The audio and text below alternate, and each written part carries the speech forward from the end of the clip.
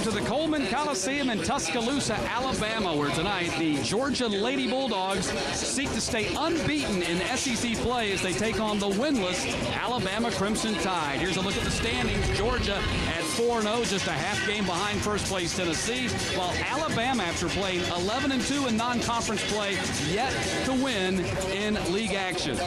And good evening, I'm Matt Stewart, joined by Hall of Fame coach Joe Champion. Joe, this Georgia team was picked to finish fourth in the SEC standings. Right now, they're second. This despite the fact they've been out-rebounded in 3 of their first 4 games. How are they doing it? It's point production. They have the ability right now to score on the perimeter. Against Florida last Sunday, they scored 6 out of 12 baskets in the second half and shot 50%. Jasmine James led them to victory in that ball game against the Gators, scored 16 of her 18 points in the final 16 minutes, and she has led them in scoring in 4 of the last 6 games. Well, Matt, she has that scoring mentality, and she's playing the point position. At the point position, you have to make good decisions and create shots for your shooters, which she does. But the scary fact, she's a great scorer. Meantime, it's been a tough go for Alabama, in particular for their star, Tierney Jenkins. Despite that, she's still number 2 in the league in scoring and number 1 in rebounding. Well, she's a blue-collar worker. Tierney competes every possession, and that's why she has a double-double. She's the type of ball player you love to have on your team because every possession is important to Tierney. Is the Alabama Crimson Tide and the Georgia Lady Bulldogs. Georgia has won 18 in a row from Alabama. The Crimson Tide have not beaten the Lady Bulldogs since 1998. Opening tip is coming up next.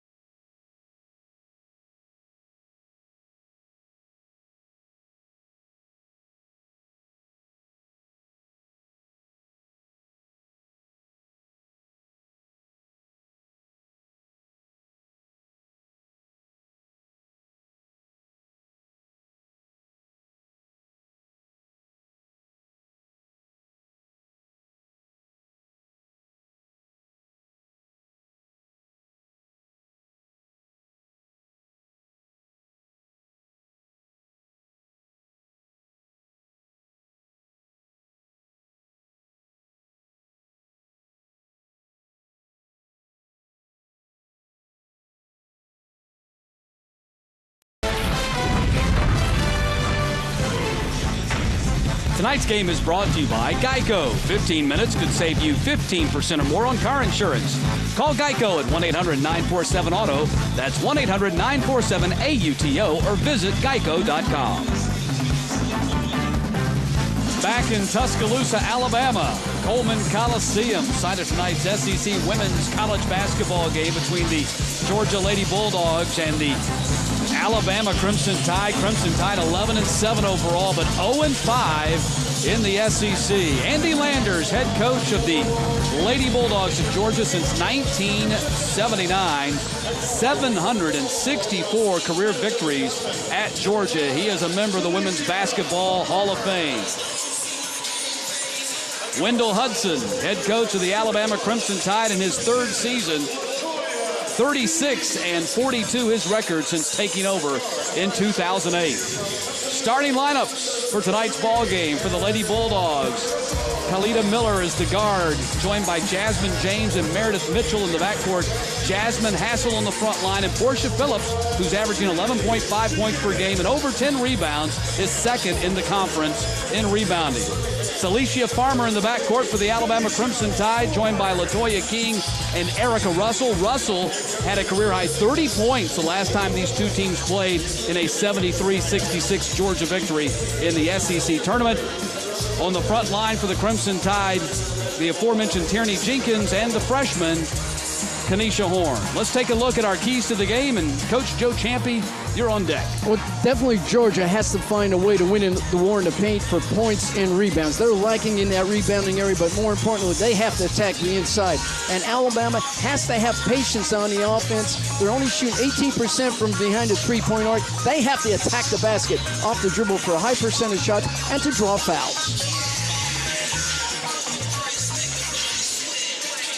Georgia Lady Bulldogs have won 5 in a row. Alabama has lost 5 in a row. This is the 41st meeting. Georgia leads it 31-9. And as we mentioned, the Lady Dogs have an 18-game winning streak in the series. Alabama's last win coming in 1998, a 90-77 victory. Last 2 meetings in Tuscaloosa, however, have been decided by a total of 10 points.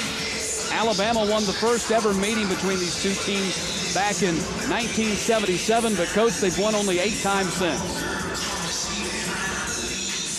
And looking at this officials crew, along with that, 3 quality officials, Bev Roberts, Steve Cantor, and Joe Cunningham. When you look at officials, Matt, it's just like scouting an opponent. What style of game do they have, and what do you do about it in preparation? Well, this Alabama team has struggled mightily since getting into conference play. They are dead last in points per game, defense, scoring margin, field goal percentage, 3-point field goal percentage. Coach, they're hurting. Well, they're struggling simply because they're trying to play an up-tempo game, and they're starting at the offensive end of the floor. In the SEC, you bring the tempo by what you do defensively, and it's a trade-off, and that's why Alabama is struggling. You have to defend your territory first. Georgia in the red and Alabama in the white. Pete Cantor will toss it up. Portia Phillips and Kanisha Horn will jump it, and the Lady Bulldogs will start on offense. Alabama defensively is picking up man for man. A little sagging man for man. They need to put pressure on James up on top. Portia Phillips had a tough first half against Florida, only 6 minutes because of foul trouble. Jasmine James launching the first shot of the ball game. She's been on a roll lately. Prior to that 3 right there, it hit 7 of her last 14 three-pointers. Well, James is a type of ball. She's a streak player. She can shoot it off the dribble. She can deliver it to her teammates, and she obviously can knock down the 3. Portia Phillips, 3-pointer on the way, and last touch by Meredith Mitchell. It'll be Alabama's ball. Right now, quick shot for Georgia coming out of that out-of-bounds play and lacked the rebounding on the weak side. Georgia setting up in some man-for-man pressure. Alabama running a high-post offense and cutting off Tierney Jenkins up on top. Kanisha Horn, the McDonald's All-American, with the first hoop of the ball game. Great thought for Alabama to put Horn down on the block and play to her strength. Georgia beats him back in transition. Jasmine Hassel with the layup. Once again, it's the quickness of Georgia, scoring a quick basket, now sitting back in a half-court trap, trying to create turnovers. Traveling is the call on Erica Russell. The run out after Alabama scores. Georgia outlets the ball quickly. Meredith Jenkins over to Jasmine Hassel for an easy 2. So important, the speed and quickness of the team, and Georgia does possess some great speed. Right now, Alabama is sitting back after the first possession in a 1-2-2 zone. That's Meredith Mitchell. She's playing near her hometown of Midfield, Alabama. Expected to have about 20 friends and family here in attendance. Portia Phillips misses another 3. Great job by Kalita Miller to chase down the long offensive rebound. To me, it's uncharacteristic right now, Matt, for Portia to be stepping out looking for the 3. That's Miller's job and Jasmine James. Well, Bulldogs have missed their first 4 3-point shots of the game. Meredith Mitchell, great hustle.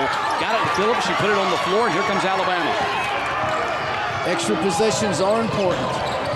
Russell misses her first shot of the ball game. She has really struggled. Erica Russell shooting 34% behind the 3-point line overall for the season, which is in the top 10, number 8 in the conference. But in conference play, Coach, hitting less than 21% behind the arc. I would be very concerned about my game to shoot so quickly early. I would rather get into a rhythm and take the ball to the basket. Show your teammates that you're not afraid of contact, because in SEC women's basketball, it is a contact sport. There goes Tierney Jenkins, and she takes it right to the hole.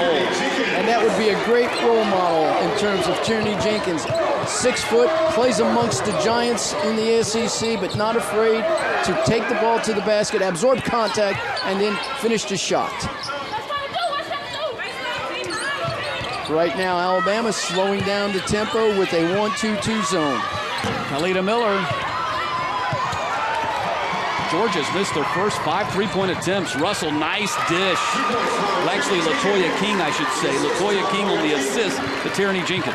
Well, at 5'4", Latoya King, a great decision maker for this Alabama squad. And this is the start of the game that Alabama needs some confidence, be able to rebound the ball and get some quick, easy baskets on the run-outs. She leads Alabama 2.4 assists per game. Their dearth of assists, however, especially in conference play, very alarming. It certainly is, and you're so concerned about what's happening. But here comes Latoya King, taking it down the floor, slowing down, drawing the defense, and then dishing to Tierney Jenkins for an easy 2. Coach, they are averaging just over 8 assists per game in conference play. And that speaks volumes for the ability. In SEC play, you have to be a good passing team just to share the ball and get shots for your shooters. And 8 assists a game says they're playing a little bit too quick. Turnover on Georgia. Jasmine Hassel out of her comfort zone, I would say, at the top of the key, throwing that pass. But that's been a concern of Georgia, their turnovers and just making poor decisions with the ball. Coach, 5 of their first 6 shots have been 3-pointers. The only one they made was the layup by Hassel. What are they doing on offense? Foul's going to be called on Georgia. That gets Kenesha Horn to the line. Well, obviously they're being a little bit too quick. Just like I said, the keys to the opening was to win the war in the paint and attack the inside.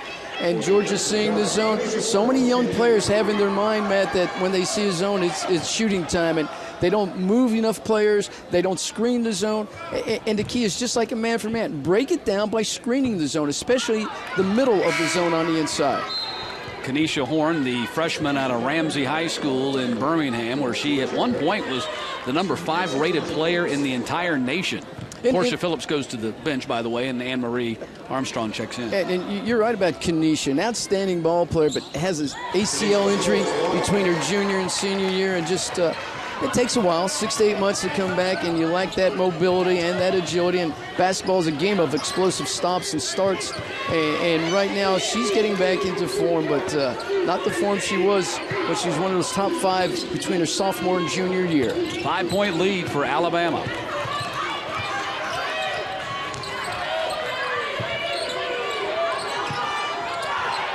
Hassel has both the baskets for the Lady Bulldogs. Well, Hassel looks good with some upper body strength. The ball was touched in her shooting motion, but found a way to get it up to the rim. Nice soft touch, and it falls in. The Georgia's 2 of 2 on their shots inside the arc, 0 of 5 outside the arc. Both teams right now showing a little bit of pressure, just trying to slow each other down, and that's forcing those outside shots. But just like you said, Georgia is 0 for on the outside and 2 for 2 on the inside. Armstrong got her hands on the ball. Tierney Jenkins got it back, and Tierney Jenkins has 6 points. Good start for her. Well, that's Tierney. She values every possession. She hustles every possession. The deflections, picks up the ball, and knocks down 2. Coach Wendell Hudson said that she knew that she would be the top item on every team's scouting report, perhaps did not realize how hard it was going to be night in and night out in the SEC with her name circled on the top of that chart. But she's off to a good start here tonight. Andy Landers not happy in the first 4.5 minutes as Alabama has a 5-point lead.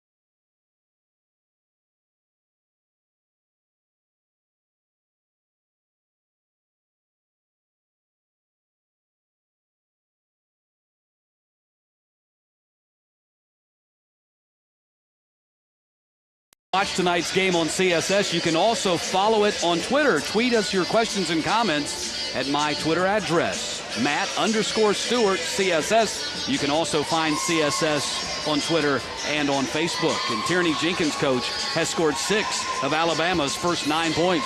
And you love Tierney's game, her ability just to be with upper body strength, take the ball off the dribble through a crowd and knock down the shot, and then on the run out, enough speed to beat the opponents down the floor, and then in a crowd just to knock down the J.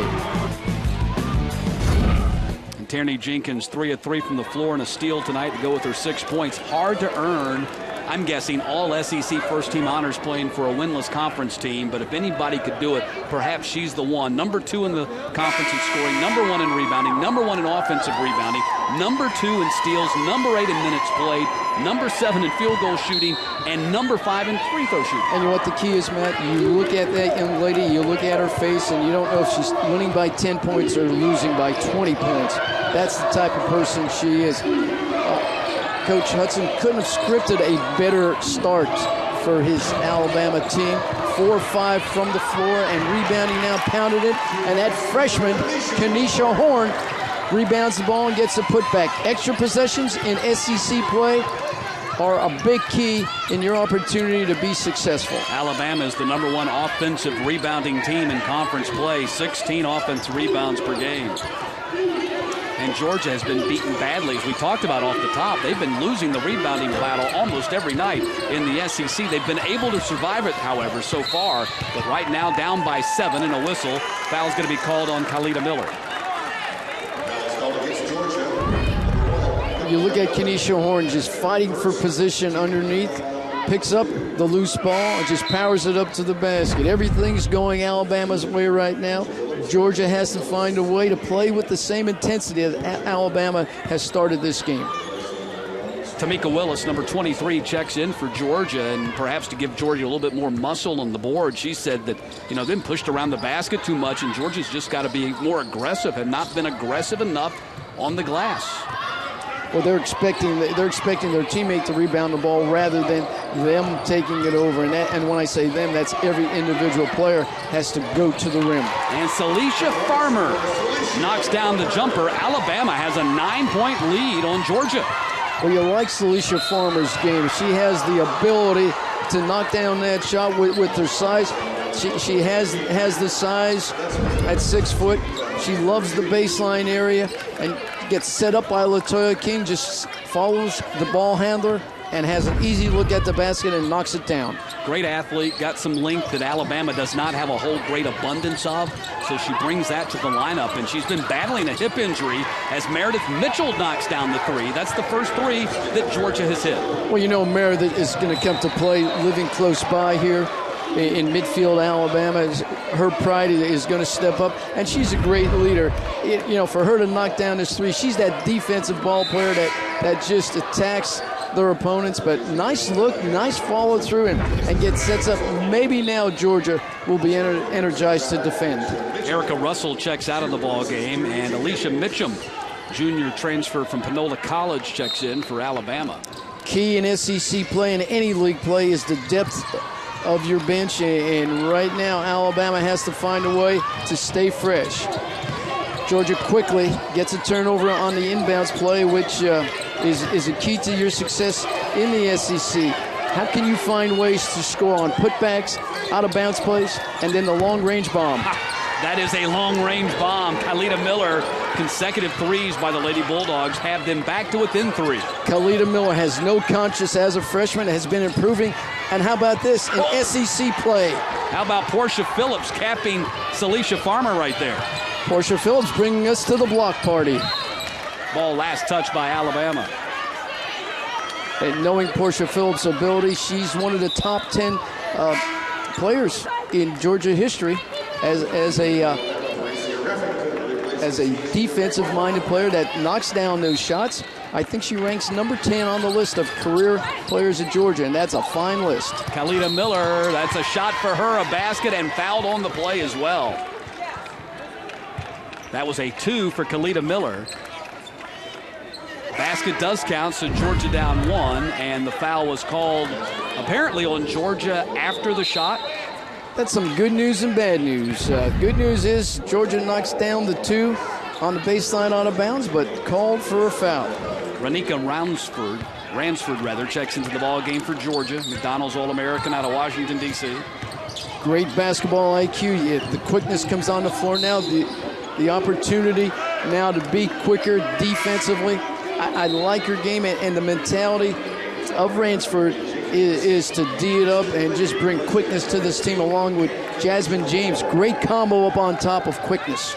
Jenkins back in the ball game for Alabama.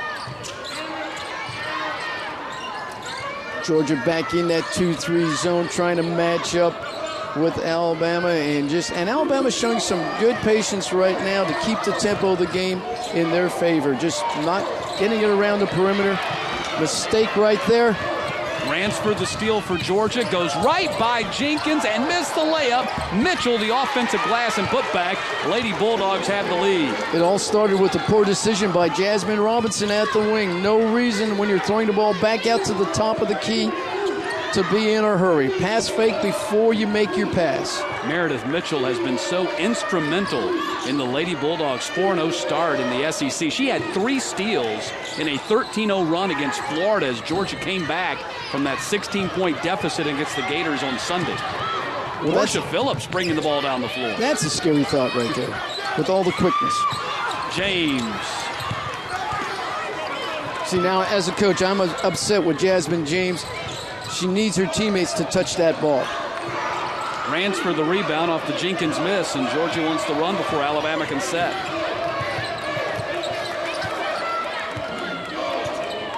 Alabama switching defenses. Now they're back in a man-for-man, just trying to slow down this Georgia attack. Foul's going to be called on Mitchum reaching in. 8 minutes, 19 seconds in. Georgia was down. They now lead by 1.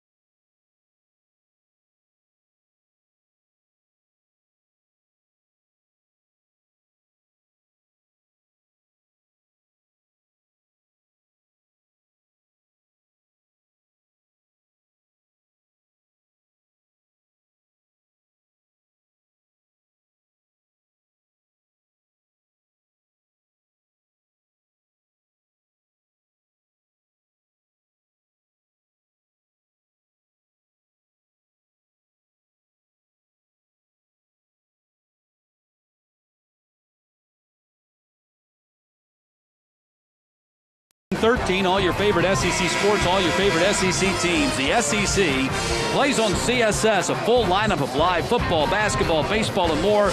You don't want to miss out. If you don't have CSS, contact your local cable provider today.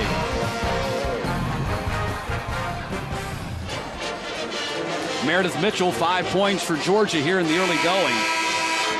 Well, Mitchell's very efficient, Matt, in terms of her shot selection, and she makes great use. In the last game against Florida, 6 of 12 from the from the floor, and in the second half, 4 of 6. So Meredith has that game, and right now, Jasmine James, as I'm talking here, has a great move to the basket and the ability to knock down a 2 in a crowd.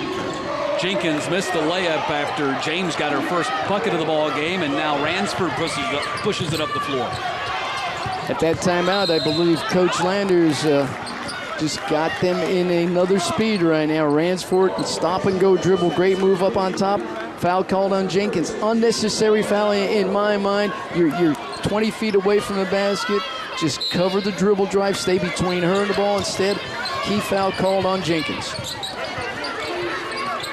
Georgia really got outplayed for the first 25 minutes of their ball game Sunday against Florida. Andy Landers kept telling the team as they would come over to the huddle, I did not come to the Coliseum today to lose. And he said about the 4th or 5th time that he told him that, it seemed to finally take as Jenkins puts Alabama back to within 1. What we don't realize as spectators is the fact that this Georgia team is a very young team, and your point guard is only a sophomore now. Where's the real leadership on this team? Who is that person that's the extension of the coach? Tamika Willis had her shot blocked from behind, then hustles to get the ball on the baseline and keep it alive for the Lady Bulldogs. Love Willis's game, her ability to find a way to help this team. Willis kept it alive again. Georgia's had so many shots to the basket, and there's now a whistle. Georgia kept it alive on the offensive glass. Kristen Lee commits the foul. Portia Phillips will be going to the line. Right now, Georgia is looking like the team that has that grittiness and that toughness that usually Coach Landers' team brings to the arena. Portia's the top free throw shooter on the Georgia team, 80%. But Georgia has been terrible in SEC play in free throw shooting. They're dead last, just under 61%. And when you say that, we've discussed this over and over every ballgame. There's not really a good free throw shooting team in the conference. The leading team is at 71%, and everybody else is under 70 in the league. And I believe that team is Vanderbilt, isn't it? Portia makes it a three-point game again. I think in your next life you can become a shooting guru. There's a lot of money in that? Well, there's more money in rebounds because, as you see, Georgia's leading by 6 right now. And rebounds wins championships along with defense, and that's been a proponent of this Georgia team over the years, and that's why Coach Landers has been so upset. And as he commented at the Coliseum at Stegman, I've come here to win a ball game. Jasmine Hassel wrestling Kenesha Horn for the ball, and Horn was called for the foul. She's had a hard time staying in ball games. She's fouled out of 5 games. And right now, decision-making, Portia Phillips is taking the ball out of bounds. Ransford and James setting up, but Ransford, like a freshman, runs to the corner and wants the ball in the corner, which is inviting a trap by the opponent. Andy was not happy at shoot-around today. He had his young ladies running stadium stairs here for a while until they finally figured out he was here to practice and not just go through the motions. Matter of fact, didn't he get after you? He told me, he asked me why I was late. I walked in a couple of minutes late, wanted to know why I was late, and I said, Coach, you need me to run some stairs. He almost had you running the stairs. You knew I was here on time, 10 minutes early. Ransford, the putback by Armstrong, lit on the basket for Georgia. Anne-Marie does everything the right way. Oh, traveling on Horn. Except being the aggressor on taking the ball to the basket. Shoulders have to be squared, and you have to want to shoot that ball. 5 turnovers now on Alabama. Just extra possessions are so important right now, and points off turnovers. Alabama has 7 and Georgia 5. Keys to the game, extra possessions, ability to run out on those turnovers, live turnovers, and secure those easy baskets. Right now, Alabama back in the man. Georgia attacking with back screens at the free throw line area and looking for gaps. LaToya King forces the turnover. Last touch by Jasmine James. Great hustle by King to secure that possession for Alabama.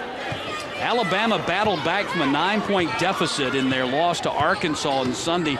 Nearly picked up their first conference win before losing 57-53. They tied it with 7:31 to play, but an old enemy popped up for the Crimson Tide. They went 2 of 9 from the floor in the last 7.5 minutes. Couldn't hit a basket, couldn't win the game. They're showing a lot of patience right now. What a great steal by Georgia as Kenesha Horn takes the ball into the crowd. And it's deflected and secured by Georgia. Hassel fouled on the play. And Kenesha Horns whistled for another one, I believe. That'll be number 2 on her.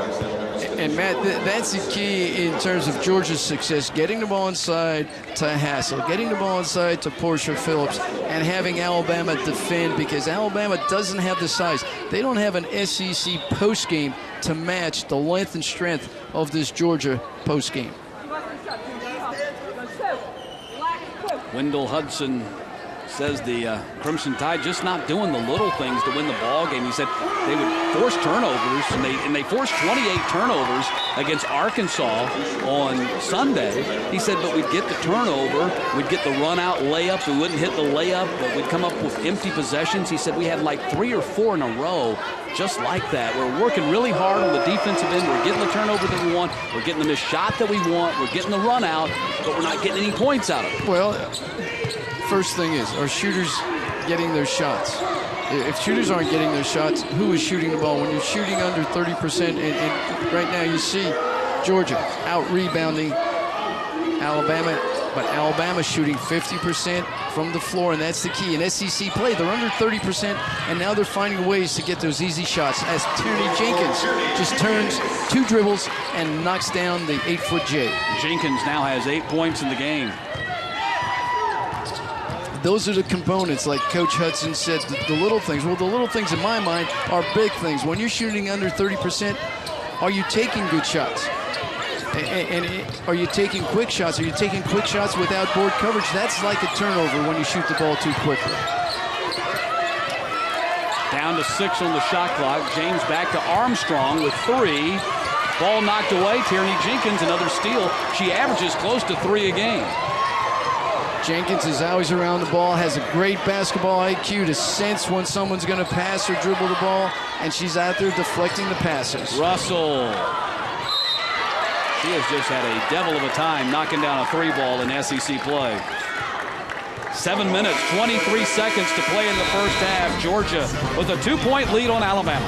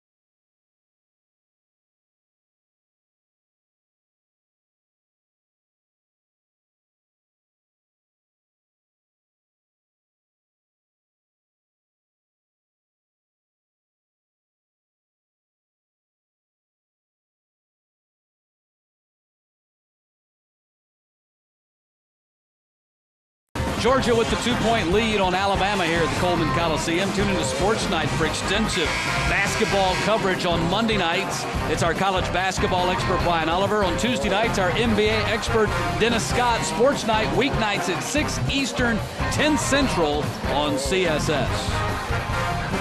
Tierney Jenkins already has 10 points, 5 of 8 from the floor, Coach. In fact, she's hit more than half their shots and taken half of their shots. Well, she should, because she's the best ball player there, and I like the touches she's getting now. In the last ball game, she only had 8 touches. She's 5 of 8 already tonight. Georgia on the other side, just forcing 1 out of 7 in the last 4-18. Just finding a way. I think the reason for that was Alabama's ability to change defense. They went back to the man defense and created some problems. Nearly stolen by Hassel, saved by King. Wendell Hudson said Tierney Jenkins knew that she was going to have to work harder when SEC play started and thought she was working hard, but still, some cases, just not working hard enough. Well, if you look at her game and compare it to her teammates, if they would just follow suit, if she brings the lunch pail every day to practice, like he said, and to the game, why aren't her teammates following that example? Great role model, like I said, the attitude to compete. You never know if they're winning by 10 or losing by 10 by her composure, and that's what you want in a player that at this level will compete for you every minute she's out on the floor. Inbounds, Russell knocked off her shot. King saves it for Alabama. Second chance opportunities have been a big problem for Georgia. Andy Landers says even though the record is perfect, they are not a perfect team, and rebounding and not getting the ball inside enough have been the biggest issues for him. Steal for Georgia. Khalida Miller, layup. Just as a freshman, ability to change speed and then just float up to the basket. But just like you're saying, as a team, how many second shot attempts do you produce or do you give up? And this starts all with rebounding. Well, second chance opportunities for the opponent means you have to play defense twice as long. And Andy Landers says even if you're a great defensive team, if you have to play defense for 60 seconds, you're probably going to break down. Well, that's true. Your mentality as a basketball player, you love to create offensive opportunities. You love to shoot the ball. You're your own artist. You can be creative. You can do it off the dribble. You can throw the bomb. But defensively, you really have to bow up and play the game. And not that many ball players, or as a team, get into it. Great job by Georgia right there, defending the out-of-bounds play. They're being aggressive, going man for man, baseline out of bounds. And as soon as the ball comes in bounds, they go back to the zone, getting Alabama to play a little bit quicker than they want to, shortens the decision-making window when you make a pass, and Georgia intercepts the ball and has an extra possession. Alabama now has 8 turnovers as Russell knocked it out of bounds. Jasmine Robinson checks into the ball game, one of the members of their highly touted freshman recruiting class. She's out of Overton High School in Memphis. King gets the steal.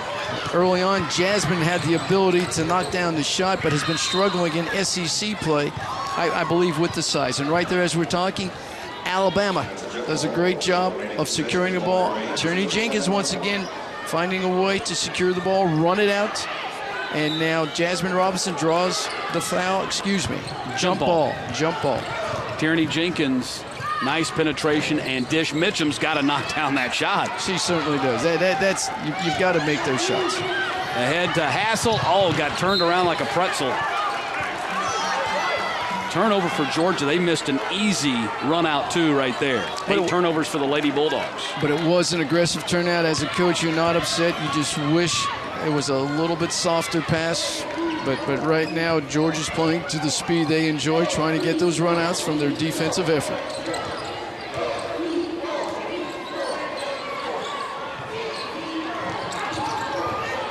Alabama trying to screen the zone up high, but right now have been run out of bounds. Just a poor decision by Latoya King. You can see the defense coming on the baseline. Your size doesn't permit you to see any teammates back the ball back out.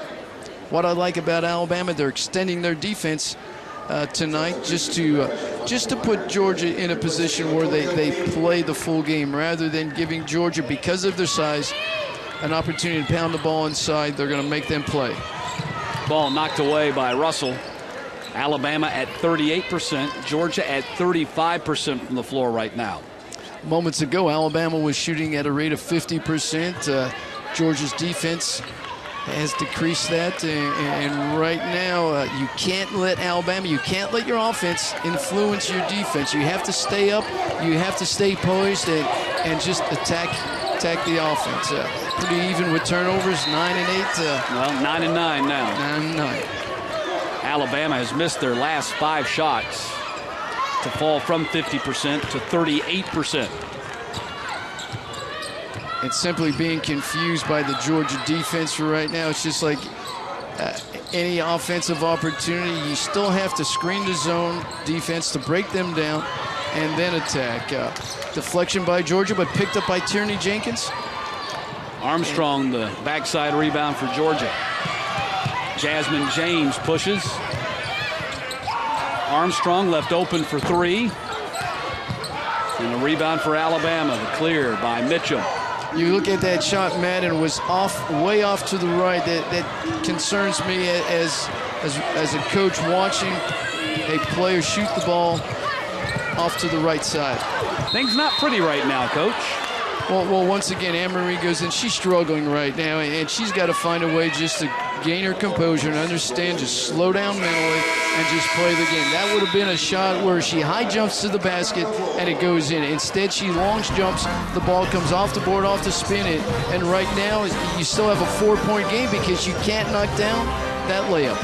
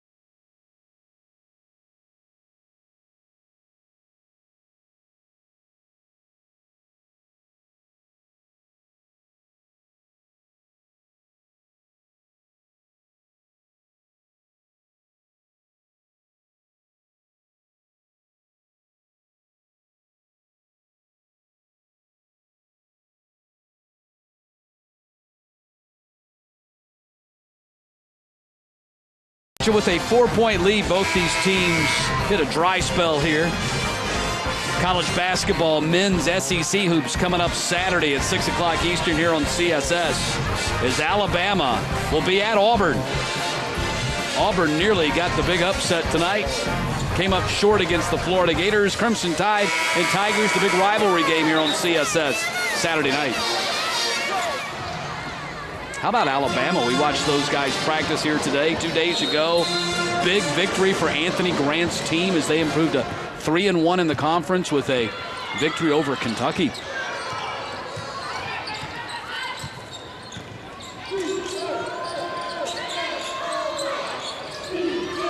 Last 4 minutes, Alabama forced into 3 turnovers, make it 4 now, and Georgia has not hit a shot.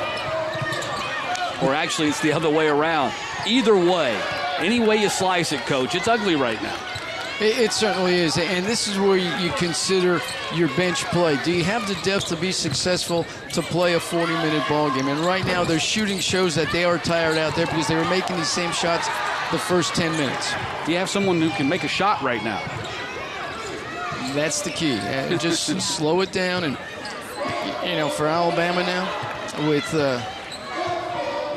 Jenkins at the high post. The ball should come through Tierney. She's got to be able to receive that ball. Another poor decision, cross-court pass. Anne-Marie Armstrong alert to the fact and picks up the lazy pass. 11 turnovers now for the Crimson Tide. Great battle going on inside between Hassel and Jenkins, former high school teammates at Wilson Central High School in Tennessee. Ball thrown away by Georgia. Well, once again, now I'm upset with Jasmine James. Every pass she's taken is a one-handed pass that it's so slow. She takes the dribble and then she just telegraphs, I'm throwing this ball right over here, Alabama, so don't touch it. But it's so hard and fast, my teammate's not going to be able to catch it either. I'm upset with these two teams. 16 buckets between the two of them and 20 turnovers. We have 4 more turnovers than we have baskets here in the first 17 and a half minutes. Well, that's a key in trying to get shots now for your shooters. Drought continues for Alabama, and James stepped out of bounds. Let's see, Alabama's now 0 for 3, 0 for 4 actually on their three-pointers. Georgia's 2 for 11. Collectively, Georgia's just under 31%. Alabama's under 35% shooting. Well, that's when you opt to take outside shots. You're settling for J's rather than attacking the rim off the dribble and creating shots and drawing fouls. Jenkins, Raffington, underneath Jenkins. All right. Ahead to Mitchell. Shot was deflected off the leg of Hassel. No, off the leg of Robinson, so it'll be Georgia's ball. War of attrition right now. Well, you're looking at players that are shooting the ball quickly. They're shooting it off balance, and that all creates a low percentage opportunity now. Georgia's been good with their baseline out of bounds. It's been a key to securing easy baskets, and let's see how they do with this box formation and the ability to score an easy basket on the inside. Both teams are 8 for 27 from the floor, 29.6%. Great hustle by Miller to prevent another turnover. 10 on the shot clock. Portia Phillips goes by her man, and wow. Now that's a good shot. That was a good shot. There's a lid on that basket. That's bad luck right there. Yes. Bad karma. King, not a good shot. Long outlet to Portia Phillips. 2 on none break. They ought to finally break the drought on that, and they do. They certainly do. Now, for Alabama, I'm concerned, who is your point guard? Where are you at? You're supposed to be the defensive safety. Nothing easy. Alabama has missed their last 13 shots. Lady Bulldogs lead by 6. Coming up at the half, we'll send it back to our network studios in Atlanta. Bob Neal will take a look at LSU recruiting. We'll also go around the SEC, get you up to date on the SEC scores tonight and updated standings, plus first half highlights and stats from the Coleman Coliseum.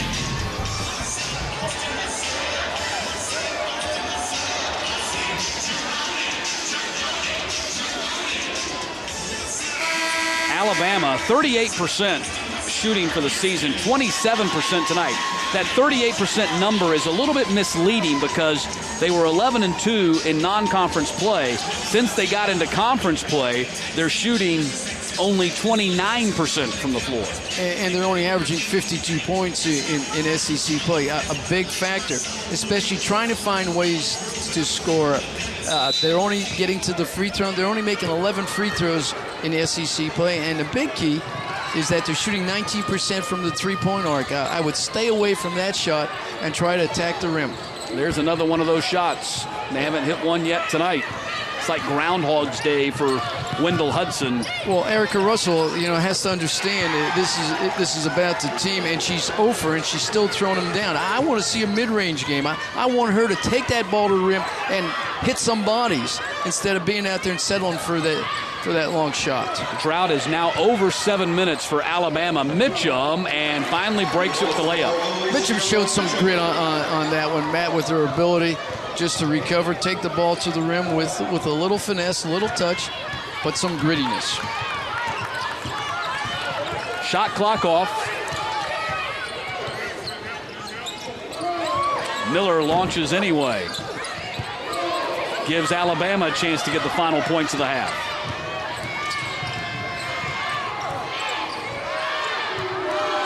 Four seconds, turnover. Jasmine James at the buzzer. Would have been ironic after missing so many shots if Georgia would have hit a half-court shot at the buzzer, but they didn't. And it's 25-19 Lady Bulldogs as Wendell Hudson and the Crimson Tide head to the locker room. Georgia 4-0 in the conference. Bama 0-5.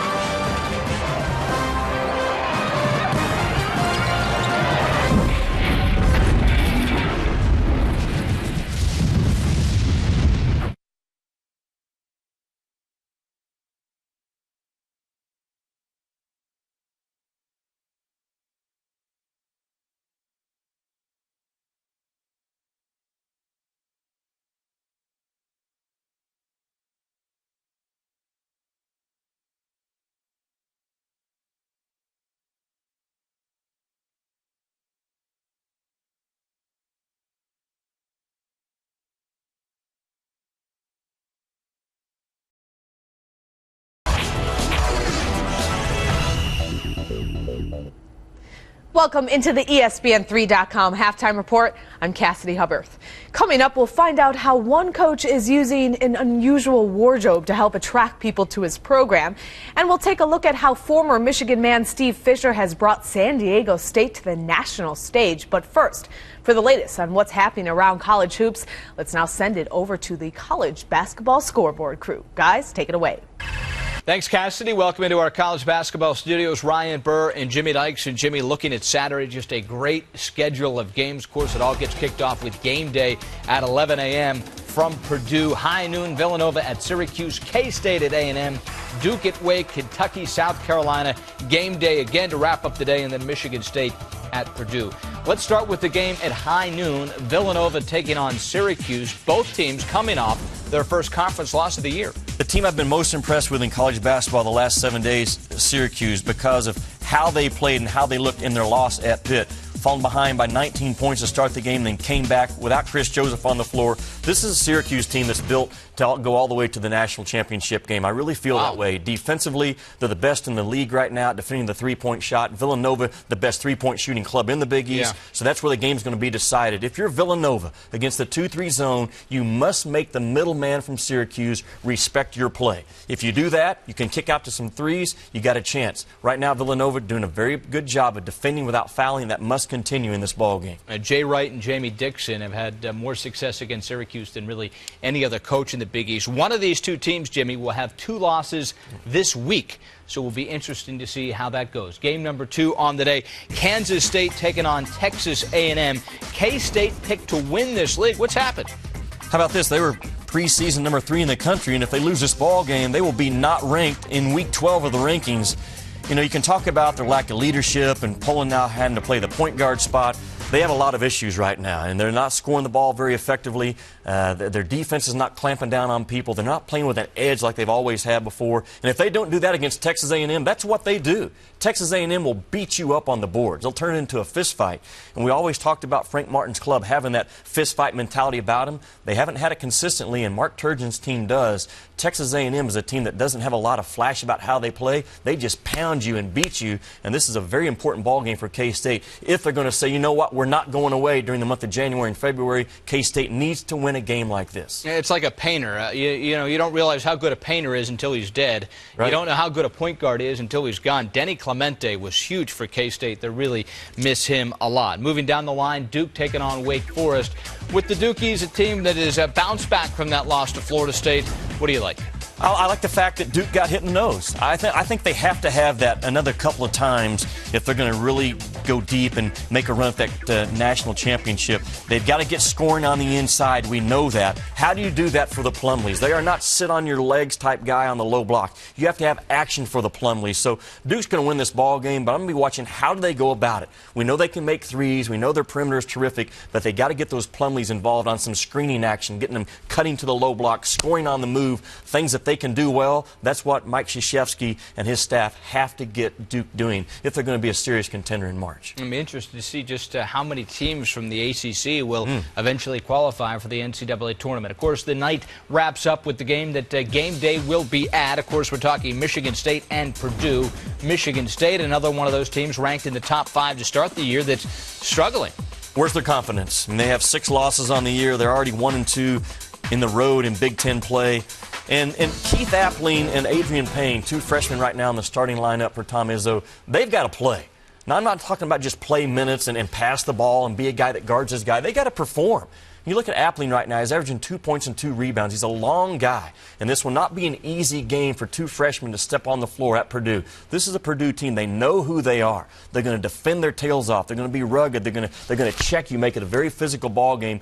Something that Michigan State has always prided themselves on. I think they've gotten away from that this year. They better get it back there in this ball game, or Purdue will put a knot on their head. Yeah, for Michigan State, it's just Coach Izzo's tried everything. He's challenged them publicly. He's done all the tactics. We'll see if they start to get a run together. Like I think so many are predicting that by March they will be a different team. But it's got to happen sometime. The one button he better push on Saturday: who defends Juwan Johnson?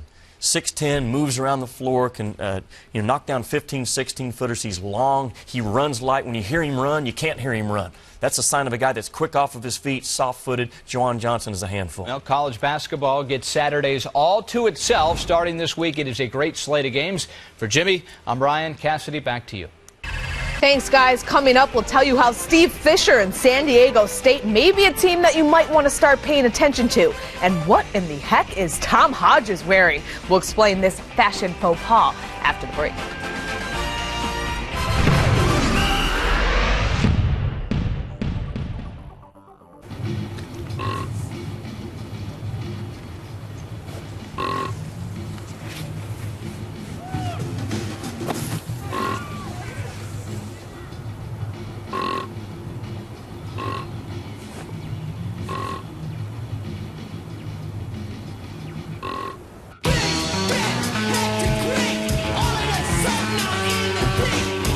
Winter X Games 15 starts January 27th on ESPN.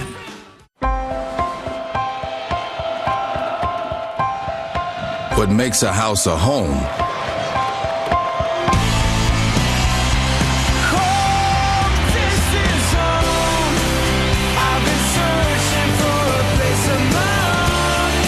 are the people who live there.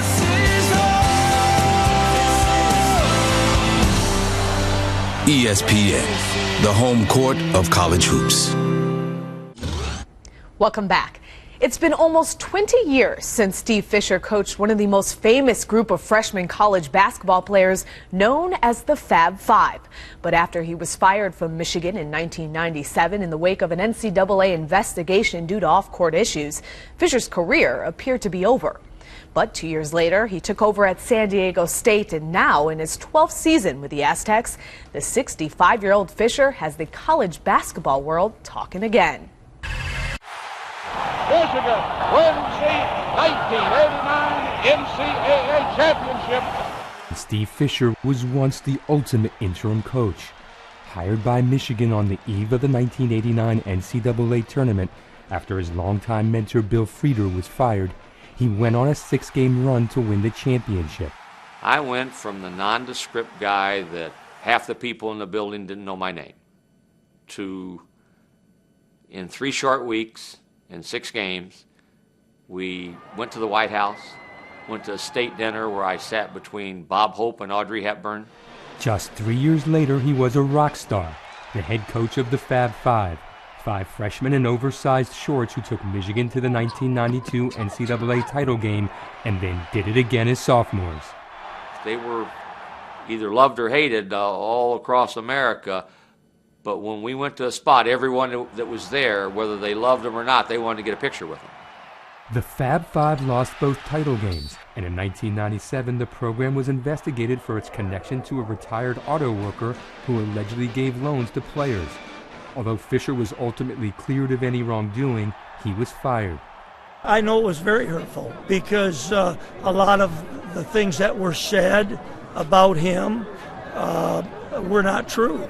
I thought that I would have a building named after me, and sometimes they don't happen that way. I didn't want to, walk the beaches of Florida, like all the other Midwestern snowbirds do. I wanted to do something, and I knew I'd find something.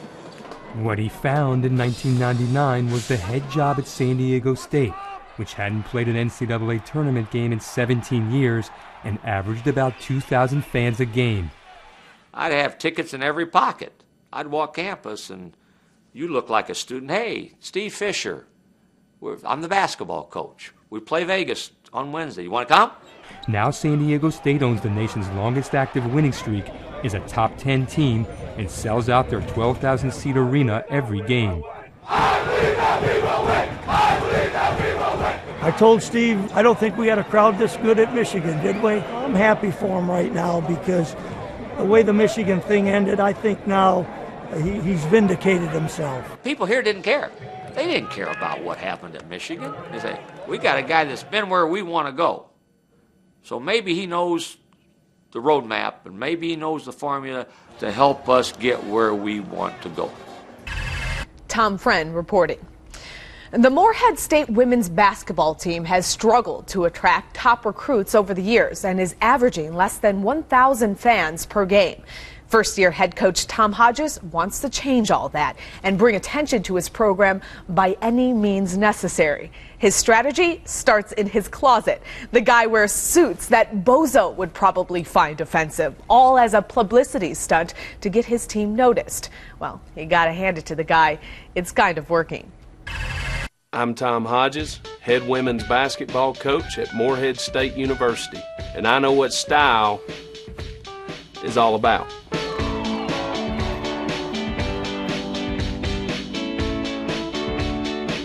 The wild and crazy and bright patterns are my favorite because they draw the most reactions. It takes a lot of coordination so you don't just look like an absolute clown on the sideline. Stay down! Sandwich, sandwich, sandwich! What in the world?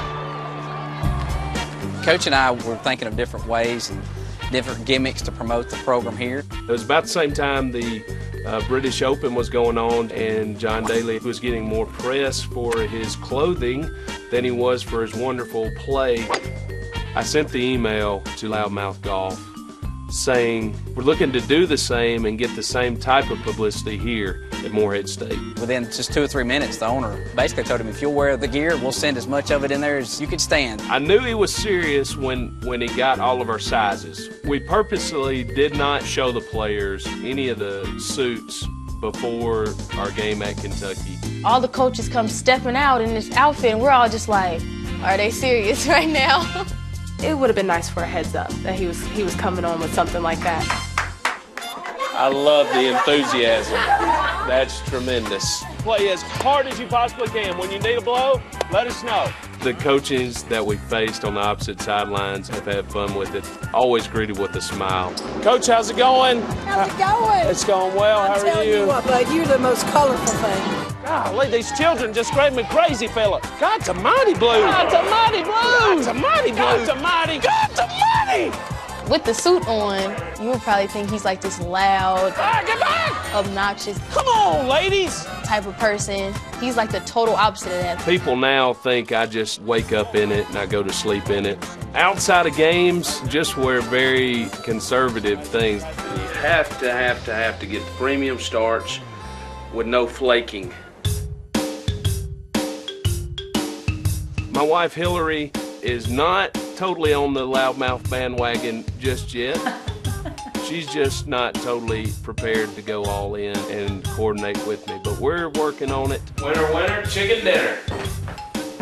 It's pretty spicy. Great job, Linda Dixon! We've been a good team for a long time, and now people are realizing it, and it's because of his suits. We hope when people think of Morehead State, they think of a championship program that's the absolute best dressers in America. Together. A bit of a disclaimer, those suits have never and will never be in style. Kids, don't try that at home. Seriously. All right, that's a wrap on the ESPN3.com halftime report. I'm Cassidy Hubbard. Enjoy the second half.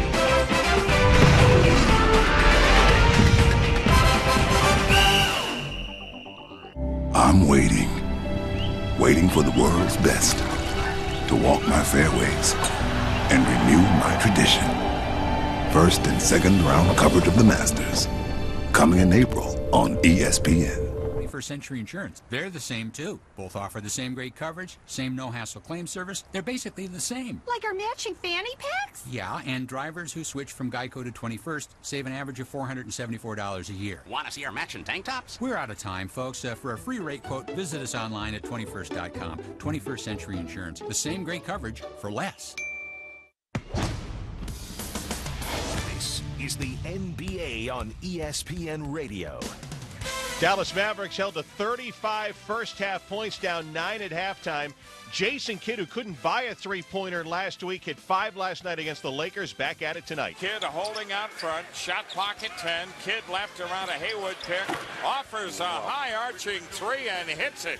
Kidd with his second three-pointer tonight. 2 of the Mavericks' 4 third-quarter three-pointers. They have a 60-56 lead over the Bulls after 3. Chicago held to 12 points in the third quarter. Dirk Nowitzki, Deshaun Stevenson, Tyson Chandler, each with 12 points to lead the Mavericks up 4 on the road, headed to the fourth quarter. Back to the United Center with Hall of Famer Dr. Jack Ramsey. Here's Jim Durham. How about this change, Dr. Jack? Tom Thibodeau is going to go with both Rose and C.J. Watson together to start the fourth. Well, he needs offense, J.D. The Bulls are going to give you that good, solid defense every game. But Thibodeau knows that he has to get some scoring going, or this game could slip away from him. The Mavericks have it. J.J. Barea brings it up. Barea to Terry. And, of course, Dallas, conversely, playing both Barea and Terry together. 9 to shoot. Barea driving. Left corner is Terry. Steps 3 and fires and rattles it in and out.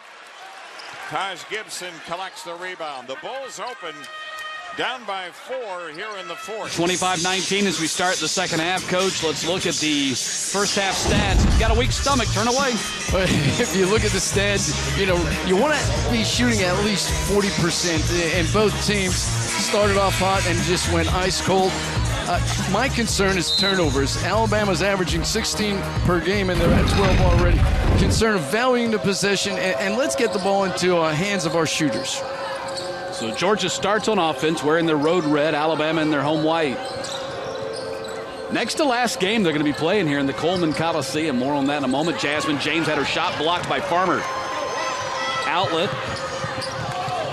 And Farmer gets it back in the low post. If one thing I would correct on both teams, it's their spacing. If they would get a little bit wider, and the rule would be, I would say, never too high. You can't be too high or too wide, just so you have the dribble lanes. You're giving the defenses opportunity to cover, just like Celicia Farmer last time knocked down that shot by Georgia. Russell is now 0 for 5, and then Kalita Miller 0 for 5 on her threes, and then Kalita Miller just knocked down a layup, and Georgia leads by 8. Alabama has had 9 droughts of 4.5 minutes or longer this season. And like I said before, this is kind of like Groundhog's Day for Wendell Hudson. 3 hours ago, stood here in this gym, and he said, look, we got to avoid droughts. And that's exactly what they've had to tonight until Farmer just knocked down a 3. Well, first of all, you have to understand what causes the drought, and not you as a coach. First, you as a coach and a staff, but then second, most importantly, is your team that understands. There is game slippage when you put them out on the floor, but they have to understand that quick shots lead to droughts. It has to be at least a 5-pass offense to move the defense from side to side, have dribble drive opportunities, but more importantly, rebounding opportunities, because you're shooting under 30%. Try to rebound the ball. Foul's going to be called on Kanisha Horn, number 3 on her. A 50-50 call, but what you like about that, Portia Phillips, is just around the ball all the time, the ability to be on the weak side and jump strong to the ball, and Horn called for that foul, and that's their third, and that's their second best offensive player right now going to the bench. I think it's a little bit too early to let her sit. First segment of this second half is a key for your momentum and what you're believing, what your coaches said at halftime. Hassel fouled by Mitchum, who just checked in for Horn. Mitchum picks up her second foul. Once again, I watch both offenses, and it seems like they have to be touching arms. Good offensive teams are great passing teams or average passing teams, but they have spacing and the ability to play. Anytime I can play you one-on-one, the offensive player has the advantage. And right now, with the offense moving so slow and being in a position where Alabama's defense can give help, you're playing 5 defensive players on 3 offensive players. You see Jasmine James on that dribble. She's got a heavily taped right wrist. She is playing her 2nd consecutive game with a sprained right wrist. And despite that, she's missed only 2 minutes in conference play this season. And Hassel knocks down the jumper. Georgia leads by 9. Great face up by Jasmine Hassel. Catch after the 6th pass to catch. Face up, a little Sigma move. Look Jenkins right in the face and throw the soft J 6-footer down for 2. Georgia sitting back defensively, back in the zone, trying to just force them to take outside shots. And when you're in a zone defense, you permit poor shooters to take outside shots. And that's created this poor shooting night because Alabama just doesn't have the patience right now to find their shooters. Jenkins called for the foul. That's going to be number 2 on her. 2 key personnel, and Jenkins and Horde committing early fouls in the second half. Meredith Mitchell brings the ball up the floor. She had only 2 double-figure scoring games in Georgia's 13 non-conference games, and now she's had 4 in a row here in SEC play and just swiped the ball away from Jenkins. Well, she's just like a Tierney Jenkins, that blue-collar worker that wants to hustle all the time and just find ways to help her team. She was just called for an offensive foul that time down the floor, and that's number 1 on her. And let me just say this. That was a 50-50 call. And you know what I mean by 50-50 calls. She's on the move, going to the basket, being active. Alabama in the same situation, trying to move over and defend. You've got a scheme where you're attacking the basket. That's why I call it a 50-50 call. Andy Landers calls timeout. We'll take one with him. 3 minutes, 6 seconds into the second half. Georgia's stretched out to a 9-point lead.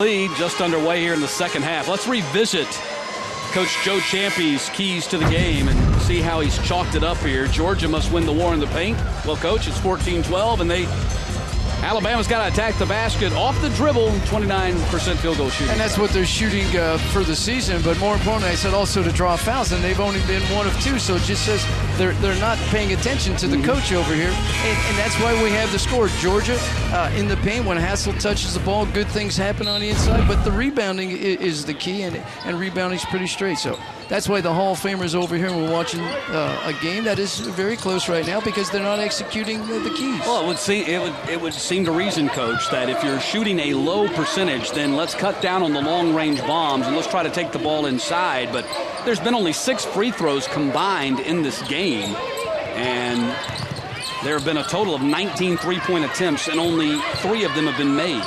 Well, that's the common sense approach. If you can't shoot it from 18 or 19 feet, can you take it and have a mid-range game? But maybe most of these players don't have a mid-range game, so they're going to do what they do best.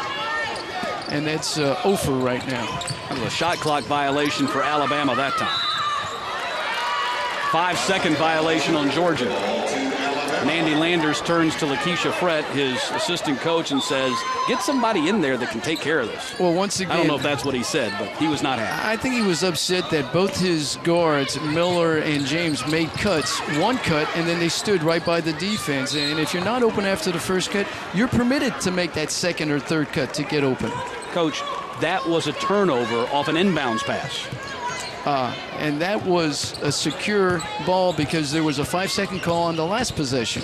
So right now we're playing ugly ball, but patience will persevere right now. And Georgia hopefully will try to get in an offensive scheme that attacks the inside. The good news for one of these teams, as poorly as they have played, one of them's going to win. Are you sure? Meredith Mitchell, that's a 3 ball. And the backside follow-through by Jasmine James. Well, James finds ways. She's a player. She's a winner, and once again attacks the weak side like all her teammates should be attacking the rim. Picks up an easy putback, and that's how you win SEC ball games. Yeah, you're exactly right. She's not hitting her shot. She's 0 of 4 on her threes. Both of her baskets have been of that variety. And that's what it takes, and all teammates should see that. Once again, Latoya King. Offensive foul on Jasmine James. Latoya King got out there and set position, and James ran over her. And a timeout, 4 minutes, 32 seconds into the second half. Georgia leads by 11. Alabama's yet to score in the half.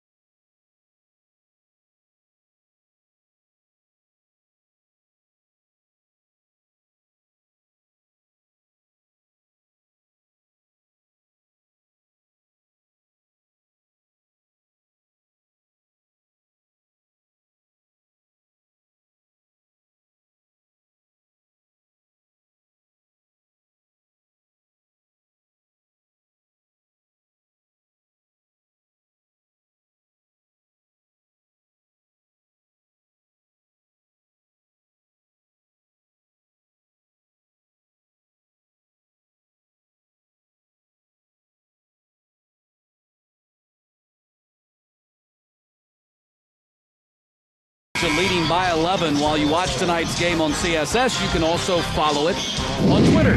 You can can tweet me at Matt_Stewart CSS. You can also follow CSS on Twitter and Facebook. I said going to the timeout that Alabama not scored in the half. Actually, they did hit 1 3-pointer. They are 1 for 5 shooting here in the second half. They've scored 3 points, and Georgia has scored 8. Baseline sideline out of bounds coming out of a timeout. I would have liked to see Georgia try to trap that ball and change defenses, just create some energy to get a run out, but they stay in a straight zone. Alabama tries to attack it on the inside. It's a baseline out of bounds for Alabama. Georgia right now will pick up man on the pass inbounds and go back to their zone. And they sit back in their 2 call, and that's a 2-3 zone. So trying to permit poor shooters for Alabama to take outside shots. Good ball movement. Wow, Jenkins didn't get the layup. They did a great job to get her free in the lane, and she just missed the layup. Just uncharacteristic of her to shoot a soft shot. She was too wide open, and she wasn't banging bodies with any Georgia defenders down here. And short arms the shot. Or like we say back home, gators the shot. She has started the half 0 for 3. That's a bad sign if Jenkins is not into a flow offensively. You look at the field goals, Alabama 1 for 6. Georgia finding a way, going 4 for 7 by attacking that inside and getting some fast break runouts. Yeah, Georgia has improved their shooting percentage because they've been more aggressive getting the ball inside. Ball knocked away by Tierney Jenkins. 7 on the shot clock for Georgia. You know, I wonder if we could count how many offensive players fake a pass before they make a pass. It's just like rhythm. It's 1, 2, 3. I'm throwing the ball to this player because that's how the play is supposed to be run. And they take and they look at it, and the defense is standing right there, and they still force the pass. Hassel and whistle. And they foul on Alabama. Well, you like Jasmine Hassel, ability to take the ball baseline. Defense cuts it off. She makes a nice spin move and floats it up. Soft touch. But James is fouled on the weak side, and it's Georgia ball out of bounds. Kristen Lee picks up her 3rd foul, so she heads to the bench. Once again, Javonte Myers checks in, number 12 for her. And you look at the size and the depth of Alabama's bench. Can it stay with the Georgia length and strength? Good job by Portia Phillips right there. She had her defender all up in the air. Great patience. Took the defender up in the air, made a nice little pivot and a soft jumper. Georgia back into the 2 defense. Myers. And Portia Phillips runs out with the dribble. Back to Portia Phillips. Georgia 8-0 run over the last 4.5 minutes. Jasmine James struggling with her shot. You got to believe that the sprained right wrist has something to do with that. Well, you look at the wrist, but more importantly, Matt, you look at the minutes she's been playing, and it's a tough deal. Russell knocks down a 3. That's only her 6th 3-pointer in SEC play. And it was a rimmer at that. And you're talking about a young lady. She was averaging right at 2 3-pointers per game in non-conference play.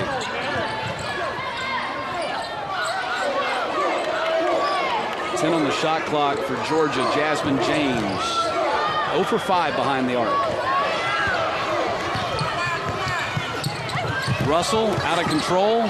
Meredith Mitchell rebound. Andy Landers screams to go. Khalida Miller 3-ball.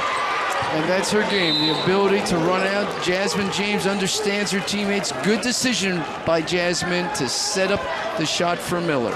13-point lead now for Georgia. Khalida Miller knocking down the 3. She was 9 for 11 on the 3-pointer in her first 2 games, then went through a spell in which she was 3 for 10. She's 2 for 3 tonight. 2-time SEC Freshman of the Week to start the conference schedule January 3rd and 10th. And like Coach Landers has mentioned, she's playing better. She's playing with some confidence now, understands her game, but had to learn the defensive schemes that Coach Lander has been known for over the years. And all praisings coming from Coach Landers about Miller's ability to understand and believe in the system. Yeah, Andy says it's been a long time since he's seen a kid who can catch it and pass it with the left hand the way she does. Says she's mentally tough. When she first got to Georgia, like most freshmen, Andy said she couldn't guard anybody. They were really on her tough. She said, he said she never moped. And, she just, and if you're going to play for Andy Landers, let's face it, you got to be mentally tough. If you're going to call a game that Andy Landers is working, you got to be mentally tough. That's right. You can't mope, and you have to be on time. That's the key for shoot-around. I thought he was going to take your scholarship away there. Myers stepped inside the arc and knocked it down for Alabama.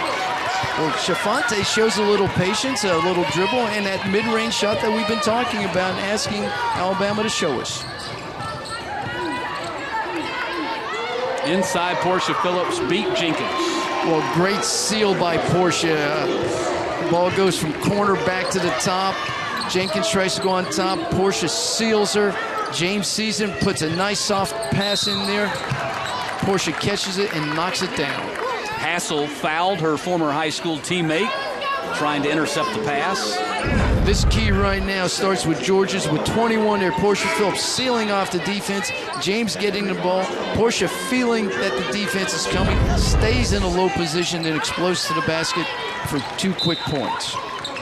Portia Phillips checks out. What kind of high school team do you think Wilson Central was with Hassel and Jenkins on the same floor together? Hassel was the 2-time Miss Tennessee basketball. Robinson. James on the run out for Georgia. Alabama gets back on defense. Mitchell, open 3.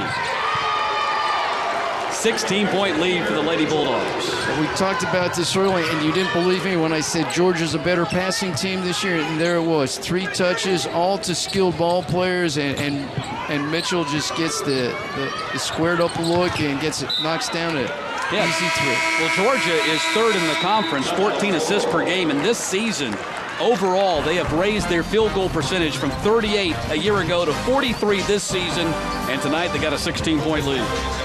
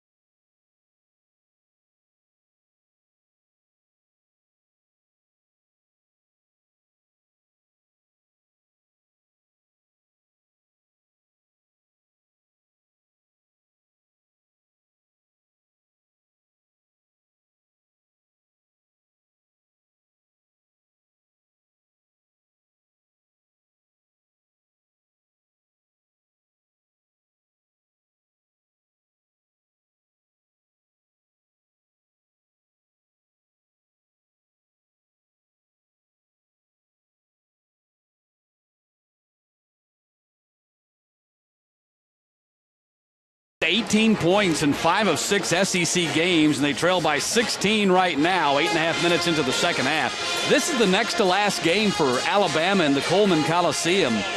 They're going to be moving into the venerable but remodeled Foster Auditorium that originally opened in 1939, the famous Malone Hood Plaza, named after Vivian Malone and James Hood, the first African-American students at the University of Alabama, leads into the auditorium. And there's a look inside. In fact, originally this game was scheduled to be played in there. It was not quite ready. So on February 13th against Florida, they'll play the first game in there.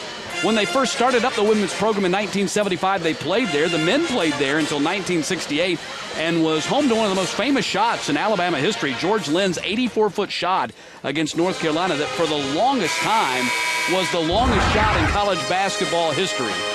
And so Wendell Hudson's women's basketball team will be moving into the Foster Auditorium in a couple of weeks.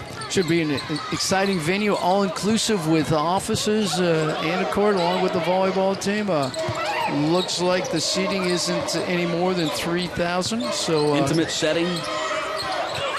Bring your lunch. Shot clock violation for Alabama. 15 seconds. There's an assistant coach on that bench that should be telling that team it's a long TV timeout. How much time is on the clock?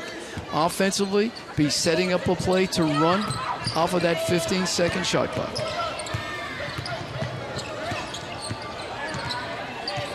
Right now, you bring Horn back into the game. She sits for 7 or 8 minutes.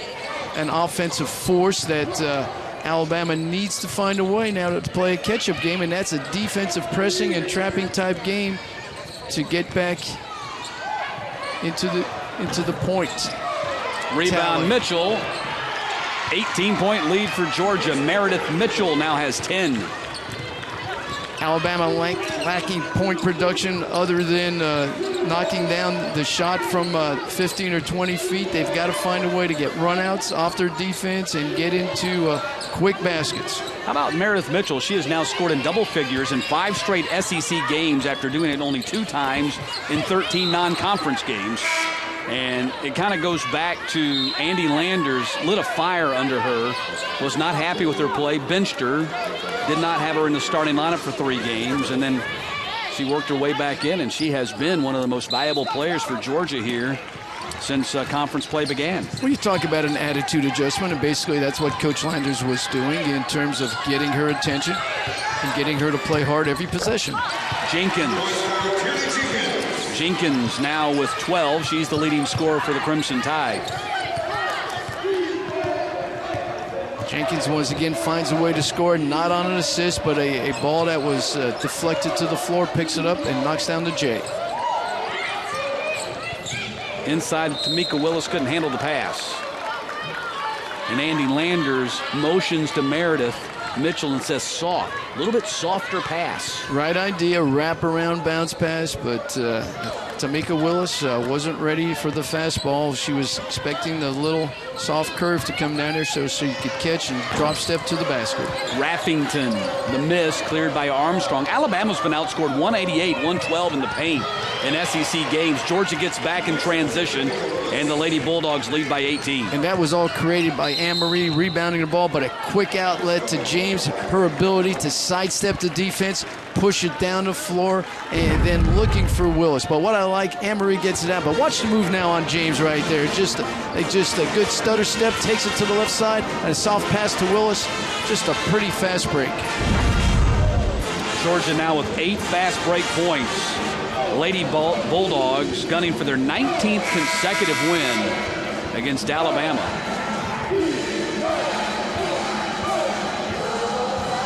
Get the week's top college football recruiting news from Barton Simmons and me, Matt Stewart. Watch In the Huddle Recruiting every Tuesday at 7 o'clock Eastern. And then don't miss our special National Signing Day extravaganza on Wednesday, February 2nd. 3-hour special starting at 6 o'clock Eastern. Big recruiting battle between Georgia and Alabama today. And 2 Valdosta High School teammates, highly rated recruits, Jay Rome, a tight end, Malcolm Mitchell, a safety, both chose Georgia over Alabama. Long 3-point shot there by Myers. Of course, a couple of weeks ago, Xavier Dixon from Griffin chose Alabama over Georgia, and Isaiah Crowell out of Carver Columbus High School still out there, and it's going to probably be between Georgia and Alabama there, too. What you love, all of a sudden, the prospects that they sign, now they become suspects until they prove themselves next September. Well, they need to enjoy it now because right now they're getting all the adulation, the coaches, the fans, everybody loves them. When they get on campus, they'll have to have that tape on their helmet just like every other scrub and got to prove themselves. That's true. And you talk about on campus, it's a year-round deal for these young football players now. Basically, as a freshman, you're going to come in at that June summer session, get in there for your conditioning program and learning the schemes of that team, but it's a year-long production and development. Jenkins could not handle the pass. James comes out of there with to Armstrong, to Ransford. Ransford couldn't control the ball, but does corral it, missed the chance for the layup. Georgia right now playing with a lot of confidence, a lot of speed, off the dribble, off the passes, looking for scoring opportunities, isolating, just like Portia Phillips has Jenkins isolated. Beats her to the basket and draws the foul. Third foul on Jenkins. Nice kind of stutter step move by. Little stop and go right there. Stands her up and goes right by her and comes from behind and claims she never touched her. Portia Phillips started the evening 31 points shy of reaching 1,000 for her career. She's got 6 here tonight. Remember, she started her collegiate career at LSU. She's out of Redan High School in the Atlanta area. Great athletic family, 3 brothers that play professional baseball. Her brother Brandon Phillips, an all-star second baseman with the Cincinnati Reds, and then they've got PJ too, who's a big-time prospect in minor league baseball. Armstrong launching the ball, and Portia Phillips ends up with it, stripped by Kenesha Horn. Myers. Willis keeps it alive in the corner for Georgia. James fumbled the ball. Portia Phillips gets it back. Armstrong airballed it. She's really struggling with her shot right now. Was averaging 6.5 points non-conference. She's averaging only 3 in league play. Georgia surviving that, however. They lead by 16 with 7:46 left.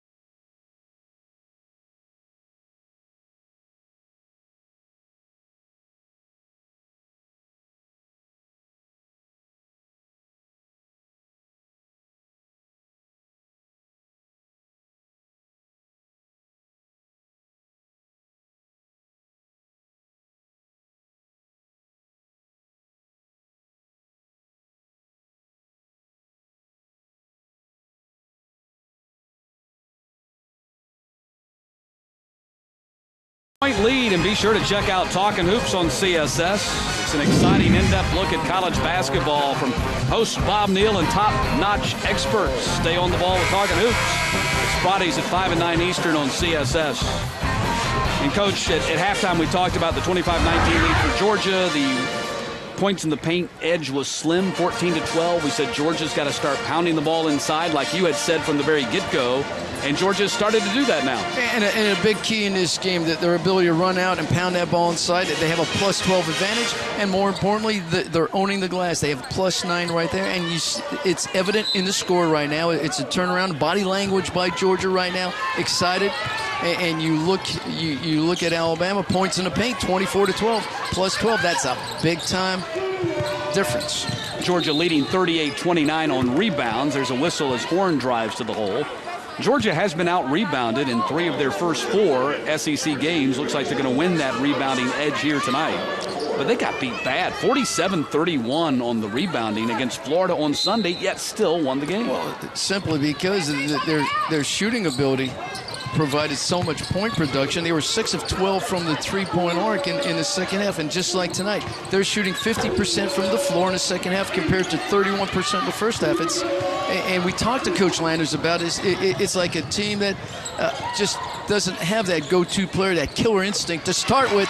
And there's Anne-Marie Armstrong knocking down a little J after the timeout, where Coach Landers tried to settle Anne-Marie down and just talked about her shooting form, and has a nice stroke, and maybe her confidence will turn around now. Well, that's the first basket she's hit tonight after missing her first 7. She had been shooting 25% in SEC play. Jenkins puts it on the floor and weaves her way through the defense to get the layup. She has 14. This is the 73rd double-figure scoring game she's had in her career. Well, never give up attitude right there. The ball, she puts it on the floor. It's deflected away. No one else goes to the floor except Jenkins. She goes back down, picks it up, puts it on the floor again, and has a nice little jump hook for 2 points. James missed the layup. Farmer clears. Armstrong poked it away from Lee and will lay it up.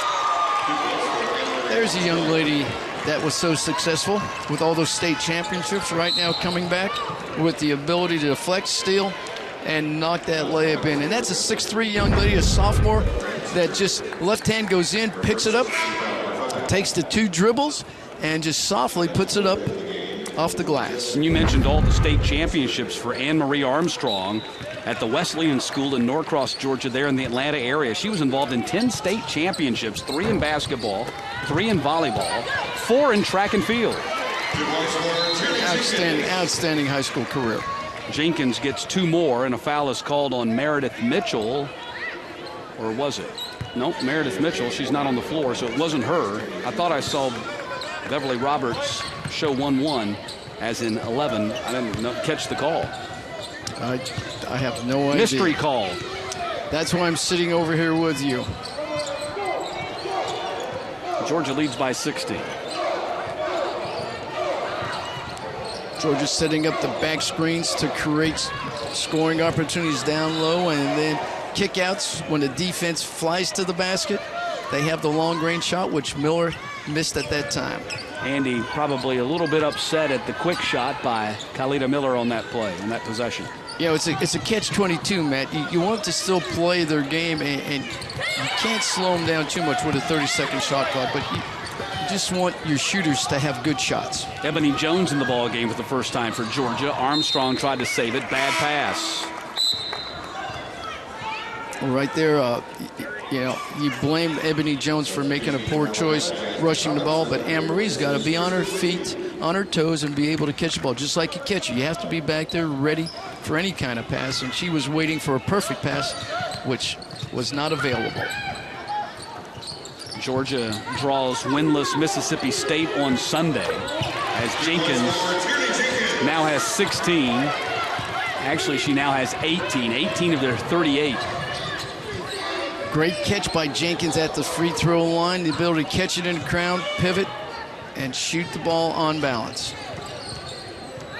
She just doesn't have a lot of help.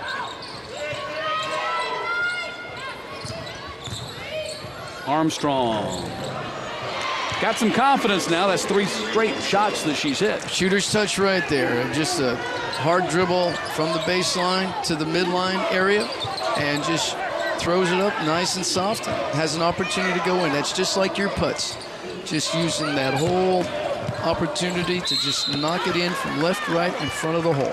Foul's going to be called on Ebony Jones. And that'll put Kanisha Horn at the line. Did you say my putts? Your putts, yeah. I've seen you play golf. Now we're on television. Be truthful. No, I haven't. But I've seen you shoot a basketball, so I correlate that with your ability to play golf. Okay. And I think you would be outstanding. I'm glad you have such confidence in me. Horn knocks down the free throw, and Jasmine Hassel checks back in. Ebony Jones comes out. Jasmine James out as well. And Ransford back in the ballgame. You can find yourself a partner, come down to Auburn anytime. Okay. Well, I'm going to be at Auburn this weekend. Yeah, we can tee it up. We got Tennessee and Auburn. What are you talking about, man? We've got a big game we got to prepare for. Tennessee and Auburn on Sunday. Unbeaten Lady Vols, unbeaten in the conference. Auburn 5-1 in the conference. And the upstarts Auburn really surprising. And if they play anywhere where they did last time against LSU defensively, it should be an exciting game. Traveling on Portia Phillips. SEC women's basketball on Sunday. Part of a doubleheader here on CSS. Starts at 1 o'clock, Sunbelt action, Denver versus Middle Tennessee. And then there's that big SEC game as the Lady Vols take on Auburn. Tennessee 6-0 in the conference, Auburn at 5-1. Russell nestles in the three-pointer. Wendell Hudson calls timeout. Alabama, with that three, has cut it to 11. Erica Russell is showing some form with her ability just to have the feet set, hands set, a dribble drive, sets up her shot. She steps right into it. That's one of the first time I've seen some good form. Wendell Hudson says, I asked him what's the problem with the field goal shooting, and he said he didn't think it was bad shots. He thinks they're getting pretty good looks.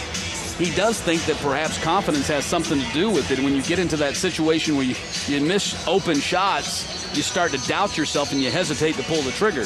Alabama, though, has been on a little bit of a run here as Russell now has a couple of threes in this ball game. 4 total for Alabama, and they are certainly within striking distance. Well, my question to you, Matt, would be, who has the green light to shoot to three all the time? Because if you look at shooting percentages, they're shooting 18% in SEC play, so why are you permitted to shoot to three? I mean, you got to prove to me in practice that you can knock it down. You shoot shots that you practice, and you're successful at it. It's just not the ability to shoot it. It's the ability to make shots. While you watch tonight's game on CSS, you can follow it on Twitter. You can tweet us at Matt_Stewart CSS. You can also find the network on Facebook and at Twitter. Coming out of the timeout, let's see if Alabama will try to press this Georgia team and set up some quickness to their game now. It's down at the 4-minute mark. They've got to find a way. They're coming at it in a half-court 1-2-2 pressure. Have to find the ball, trap the ball, and set up some deflections out of the traps. Miller, Armstrong, offensive rebound and put back. Great scheme by Georgia to have Armstrong in one corner, Miller in the other corner. 2 great three-point shooters and the ability to rebound the weak side, which Amory Armstrong does, and knocks down an easy 2. She has made her last 4 shots in a row after starting 0 for 7. Myers, long 3 ball, in and out, rattled in and out. And a foul in the backcourt on Russell. Once again, Alabama's opportunity to shoot to 3. Would love to see them break down the defense with some screening opportunities so they have rebounding advantage. Instead, we take the long bomb, and it's awarded to Georgia.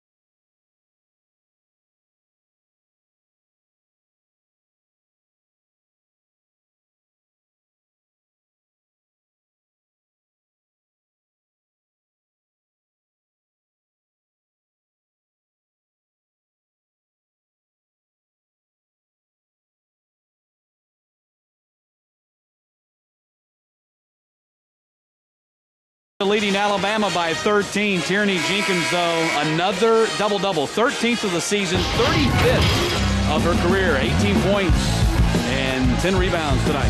She just is that glue person that finds the ball, wants the ball, and can knock down shots or hustle points on rebounding and getting the putbacks. And the ability to catch it in the crowd and shoot it with quickness and beyond balance. You see her numbers compared to the rest of the team. That's why I said a few moments ago she could use a little help. Well, here's the key, right? If you watch Tierney Jenkins practice, she practices like she plays every game. And I think that's a big-time key to success in the SEC, to these players that show up every possession. You know, she's really blossomed in her senior year and really kind of gets what the coaches have been trying to tell her and tell every player. In the past, she played in spurts. She'd have big games. She'd have games where she disappeared. Another steal for Tierney Jenkins. And as we talk, players will do what they believe, not what they're told. And Tierney Jenkins became a believer in the Alabama program. She's just the third player in Bama history to rank in the top 10 in points, rebounds, steals, and in blocks. And you'd like to see her and her team have a little bit of success here in her senior year because she's worked really hard, but they're about to fall to 0-6 in the conference. Well, they started off the season on a big roll, a big-time win, a confidence win against North Carolina State, and then you all of a sudden, they played a good Florida State team, and they played them close, and they won an overtime game against Providence. They found ways just to turn it around and be 11-2 at one point in the season, then hit SEC play and find out that every possession counts.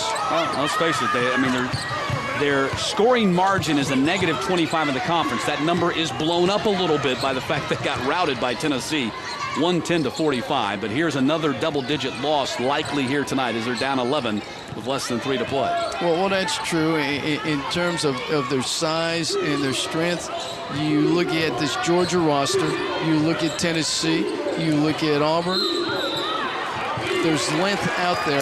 No, physically they don't match up.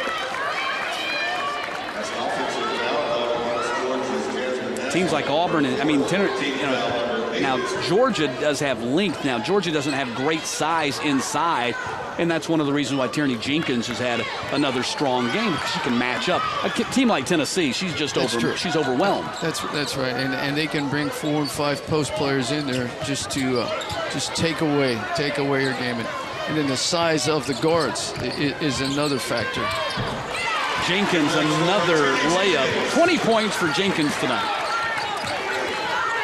Alabama will make their push now with the 2:20 to go in the game. Georgia has to value this possession, set up and get a good shot, and have patience in their spacing and their ability to look like they're going to go 1-4 high.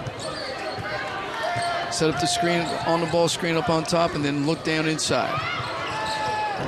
Miller missed an open jumper. Armstrong stayed with it, missed 2 shots to the basket. Portia Phillips fouled on the putback. Finding ways for second chance opportunities, and right there, Amory Armstrong, 2 tries. And then on the backside, Portia Phillips, your top free throw shooting player, is shooting at 80%. That's the type you want at the foul line right now, under the 2-minute mark. Key shots for Portia right now to help this Georgia team on to victory.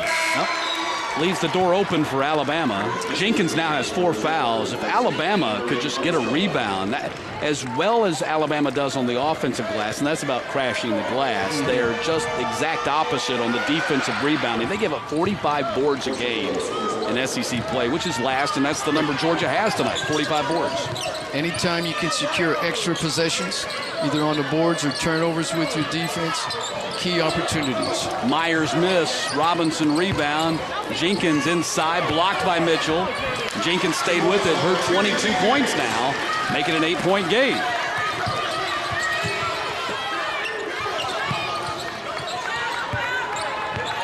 Jasmine James handling the ball for Georgia. Has to be concerned right now of just running and making good decisions. And Mitchell stepped out of bounds.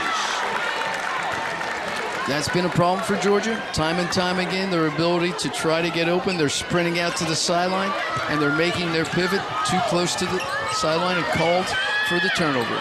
3 here makes it interesting. Myers. Scramble. Alabama comes away with it. Myers steps back.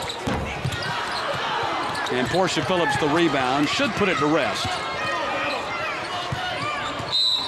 Mitchell fouled. She'll go to the line. Foul's called on Myers. Time now to salute our Geico go-to player of the game, and it is the Georgia Lady Bulldogs, Meredith Mitchell. 10 points, 9 rebounds tonight for Mitchell, 4 of 8 from the floor. You love Meredith's game from midfield Alabama. She comes back home. She shows the way with her ability to be efficient, making the perimeter shot, but more importantly, just being a great rebounder, leading rebounder for her team. Myers puts it on the floor. Inside Jenkins, it is a 6-point game. Meredith Mitchell, our Geico go-to player of the game. But right now, Georgia's not out of the woods yet, as Alabama's made a late push here, and that layup by Tierney Jenkins makes it a 6-point game with 41.2 seconds, and there's really no reason why Georgia should let them back in the game, but Georgia has not converted on free throws. Well, they haven't converted on free throws, and they shot some quick shots, and right now, you look at Alabama putting the ball on the floor, Jenkins on the inside, just that little touch, that ability to feel and know where she understands, kisses it off the glass, and right now you have a 6-point ball game. Coach Landers is over there telling his team, value the possession, expect to get fouled, which Alabama now should be trying to steal this inbounds pass, trapping the ball aggressively, and then let them throw out, try to steal it. If they can't get the steal on the second pass, then you commit the foul. But you're only 2 possessions down. Play aggressive, but try to go for the steal and the trap right now. Georgia has a tendency to go into that corner. They did it so many times in the first half with the sophomore and freshman. They have a tendency to go down to the baseline and stand down there. Hassel puts it on the floor. Probably not the one they want dribbling in that situation, and foul is called on Alabama. Good Myers called for the foul. Well, good thought for Georgia to run Hassel down there. But then as you run her down there, where is the guards coming to the ball just to relieve her and just push the ball up the floor instead? Good patience by Jasmine Hassel. Gets the ball to James, creates the situation, and Jasmine goes to the free throw line. Now, you look at Jasmine James, you look at her free throw shooting. She's 62%. But the last minute or 2 minutes, she's a player. Yeah. She's a competitor. Yeah, she's 4 of 9 shooting in the conference from the free throw line. But if you ask me who I want at the free throw line, and I'm Andy Landers, I want Jasmine James. And you tell me about Portia Phillips that's shooting 80%. I want Jasmine James that's shooting 62% because it's the mind game. And she plays with that winner's mind all the time, the competitor, and just like that weak side rebound. She wants the ball. She wants to draw the foul. She wants to have the game on her shoulders. Tierney Jenkins just fouled out of the ball game. Finishes with 24 points and 11 rebounds tonight. 12 of 22 from the floor. Nearly half of Alabama's points tonight come from the senior out of Mount Juliet, Tennessee.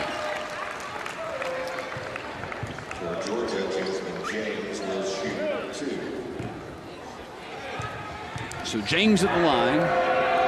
Opportunity to back up Coach Joe Champy's words. 3 consecutive free throws there by Jasmine James. Well, you look at her body language. You look at what she brings to the table.